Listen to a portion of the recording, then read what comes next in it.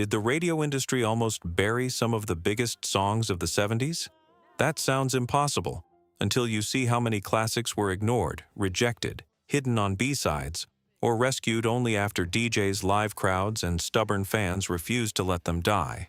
These were not instant legends. They were mistakes the music business nearly threw away. And by number 1, the flop becomes almost embarrassing. Keep Yourself Alive, Queen, 1973. Became untouchable. They were almost treated like a band with too much ambition and not enough proof.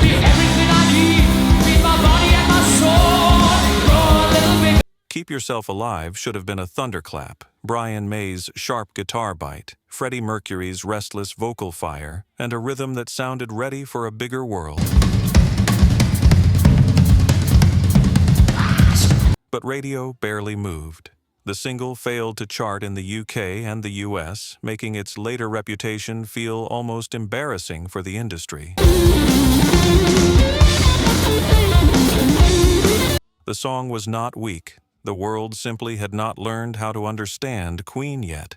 Years later, fans heard it differently, not as a failed debut, but as a warning shot. The charts ignored it, but history corrected the mistake with interest. Cruel to Be Kind, Nick Lowe, 1979. I picked myself up off the ground to have you knock me back down. Some hits are not born late. They are noticed late.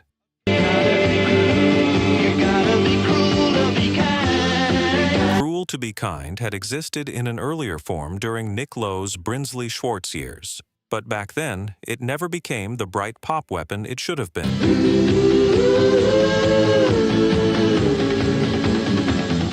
The idea was there, a sweet melody, a bitter title, and a hook that could stick after one listen. But the moment was wrong. When I asked you to explain, you said you... When Lowe finally reworked it near the end of the 70s, the song suddenly sounded polished, clever, and impossible to resist. Its success proved that timing can be just as important as talent. Cruel to be kind means that I love you, baby. The industry did not discover a new song. It discovered an old one that had been waiting patiently for its perfect second chance. Hanging on the Telephone, The Nerves, Blondie, 1976. Get your calls and everything goes wrong. I want to tell you something you've known all along. The song can be brilliant and still disappear if the wrong people hear it You're up first. and stop this conversation. Your voice across the line gives me a strange sensation.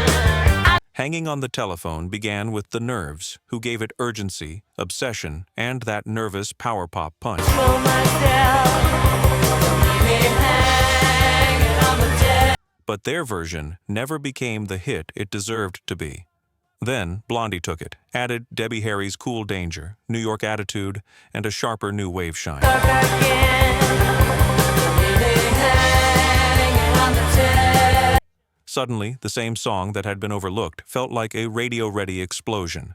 The hook did not change its basic power. The spotlight changed everything. That is what makes this story sting. The song was never missing energy.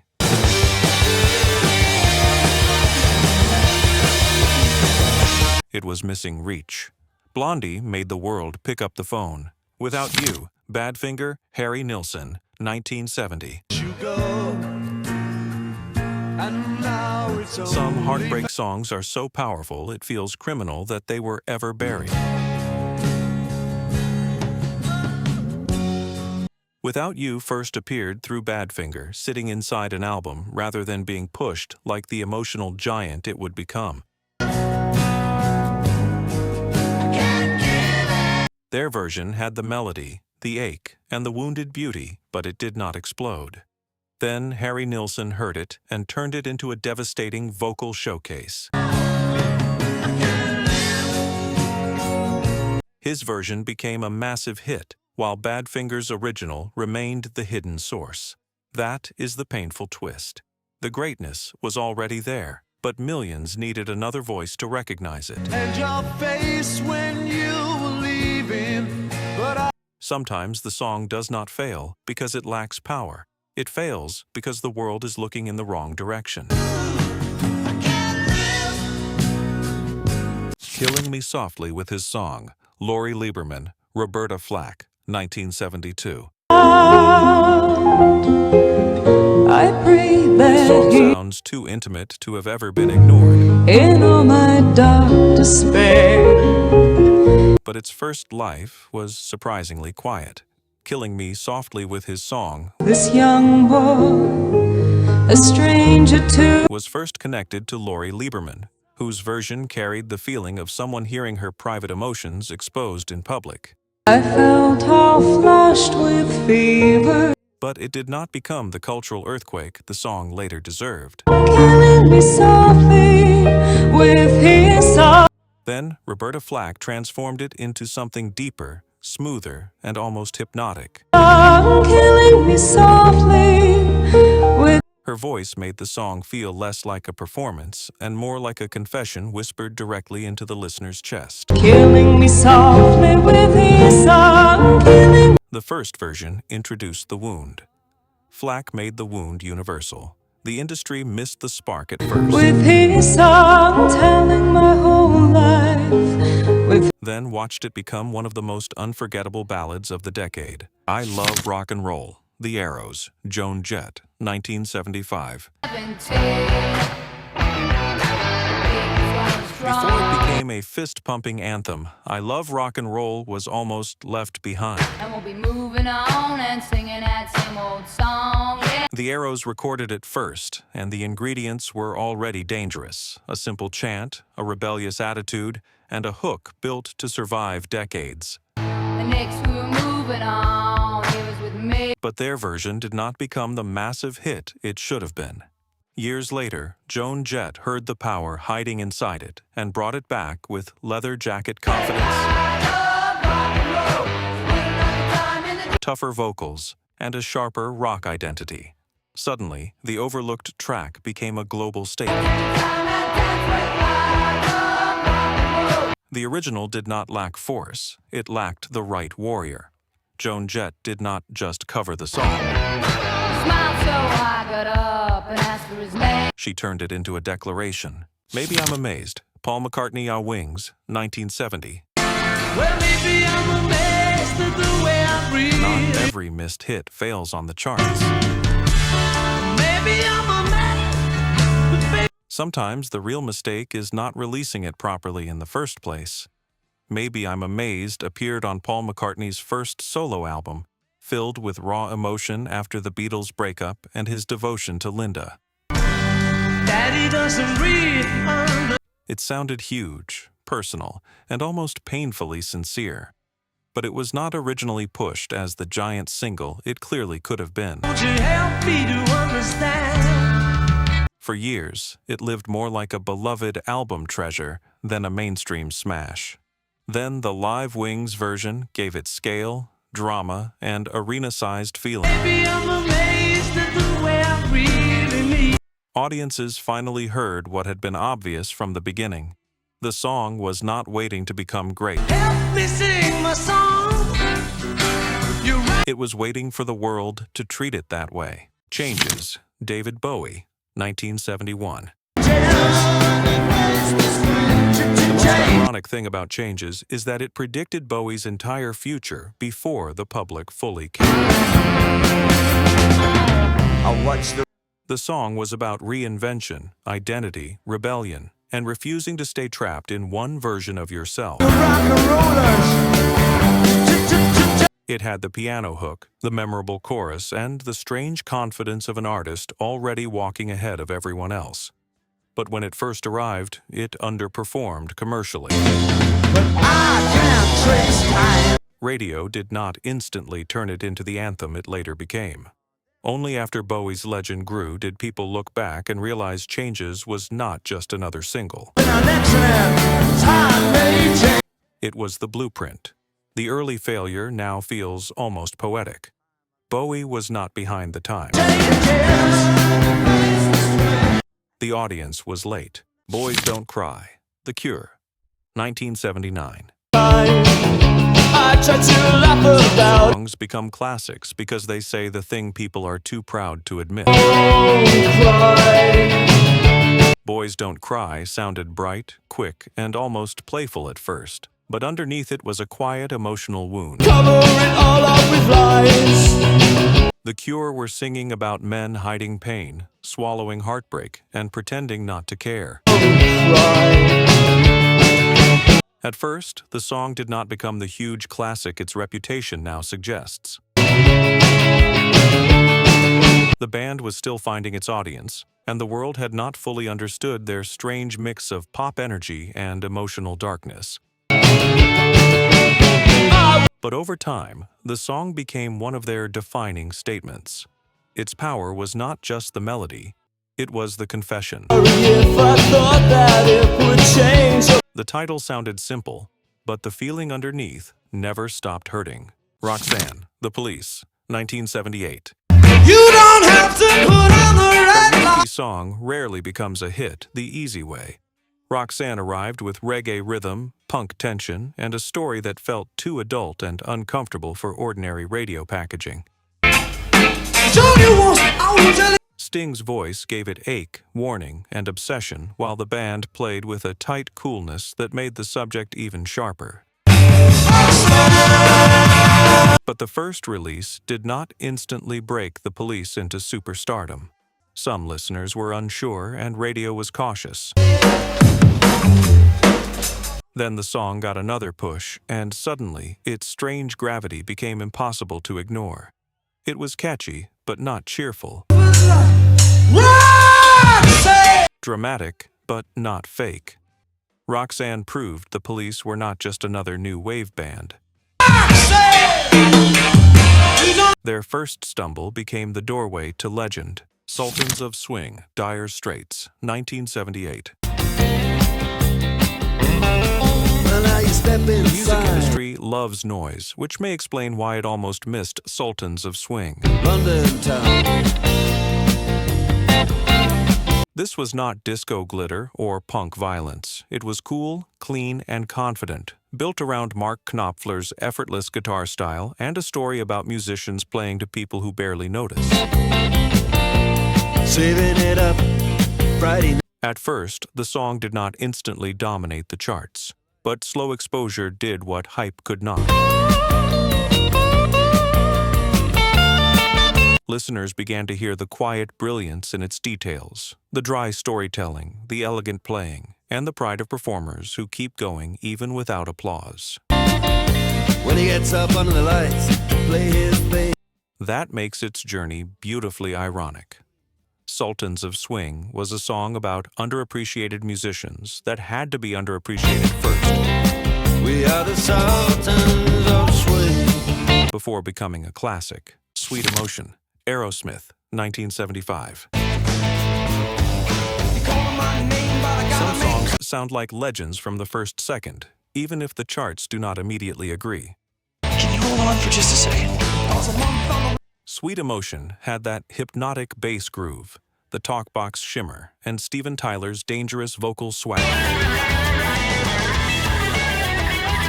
Everything about it felt built for classic rock immortality. But at first, its impact was more modest than people now assume. It reached the charts, but it did not explode like the giant it later became. The real success came through Aftershock. As Toys in the Attic grew in reputation, the song became part of Aerosmith's mythology. It was smoky, rebellious, and slightly poisonous in the best way. Sweet Emotion did not need instant domination. It slowly crawled into rock culture and refused to leave. Walk This Way, Aerosmith, 1975. Sounds too famous to have ever needed a second chance, but Walk This Way did not become a monster immediately. Joe Perry's guitar groove had swagger, bite, and a rhythm that felt almost impossible to sit still through. Steven Tyler delivered the words like he was racing the beat, turning teenage mischief into rock and roll chaos. There was three young ladies in the Yet the first push did not match the song's future reputation. Only after Aerosmith's growing fame sent listeners back toward it did the track become a serious hit. Later, Run DMC would help introduce it to another generation, making its legacy even bigger. But the 70s story already proves the point. The industry did not instantly understand the weapon it had been handed. Rock and Roll, All Night, Kiss, 1975. The anthem that became Kiss's identity did not begin as the unstoppable monster people imagine. Rock and Roll. All Night was simple by design, loud chorus, party attitude, and a message anyone in the back row could scream. But the original studio single underperformed compared with the myth that later surrounded it. It was catchy, but it did not fully capture what made Kiss dangerous. The makeup, smoke, explosions, and crowd hysteria. Then the live version arrived, and everything changed. Suddenly the song sounded less like a recording and more like an event. It became a chant, a closing ritual, and a promise shouted under stage lights. The studio version stumbled because it was missing the spectacle. The crowd made it immortal. American Girl, Tom Petty and the Heartbreakers, 1976. One of America's greatest road songs somehow failed to become an American hit at first. American Girl had ringing guitars, restless speed, and a chorus that felt like headlights cutting through a lonely highway. But when Tom Petty and the Heartbreakers first released it, the song failed to chart in the United States. That now feels almost impossible, because it later became one of Petty's defining tracks. Its power was not just commercial. It captured young hope, trapped dreams, romantic danger, and the ache of wanting life to start somewhere else. Over time, radio, movies, and loyal fans turned it into a classic. The industry missed the numbers. The listeners eventually found the emotion. Maggie May, Rod Stewart, 1971. Really hurts. Sometimes the masterpiece is hiding on the wrong side of the record. Maggie May was originally treated as the B-side to Reason to Believe. Almost like a rough extra instead of Rod Stewart's career-changing moment. But DJs started flipping the single, and once listeners heard that raspy voice telling a messy story of youth, regret, attraction, and confusion, the so-called secondary song took over. The mandolin ending, loose folk rock feel, and emotional honesty made it impossible to ignore. Soon, Maggie May climbed to #1 and turned Stewart into a major solo star. The lesson is deliciously cruel. The music business promoted the safe choice, while the public discovered the real classic hiding underneath. Layla, Derek and the Dominoes, 1970. A song this desperate should have been impossible to miss, yet Layla needed time to become a legend.